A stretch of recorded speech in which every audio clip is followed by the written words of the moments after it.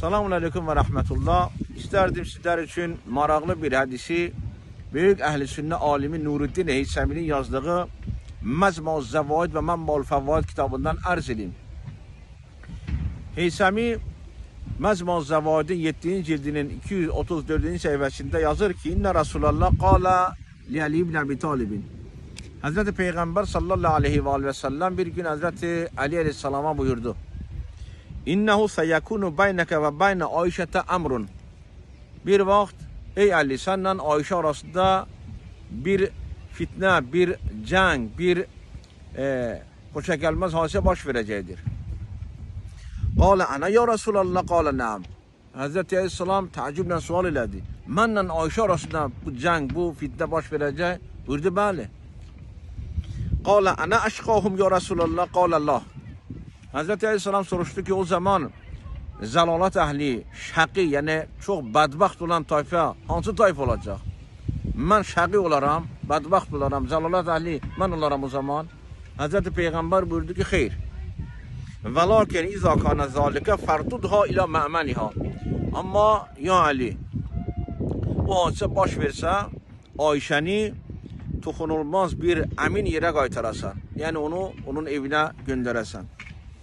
Bunu Heysami nəql edəndən sonra yazır ki, Ravahu Ahmad vel-Bazzar və Təbarani və Ricalu Siqatun. Bunu Ahmad ibn Hanbal da Musnad Ahmad'da gətirib, Bazzar da Musnad Bazzar'da gətirib, Təbarani da Mucamul Kabir'də gətirib və onun raviləri hamısı siqadır, yəni mütəbərdir. Bu hadis inkar edilməzdir. Və amma buradaki yazır Ahmad da bunu Musnad Ahmad'da gətirib, Musnad Ahmad'ın 45. cildində 175. səhifəsində 27.198 nömrəli hədisdə bunu oxuya bilərsiniz. Və Bazzar da bunu Musnad Bazzar'da 9. cildinin 326. səhifəsində 3881 nömrəli hədisində gətirib.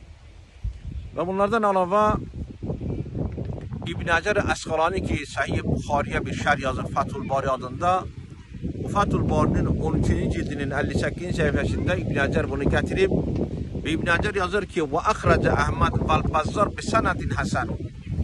Ahmad ibn Hanbal Musnad Ahmad'da ve Bazzar da Musnad Bazzar'da hasan sanaddan bunu getirip bundan sonra rivayeti nakledir. İbn Hacer Asqalani başka bir kitabı var.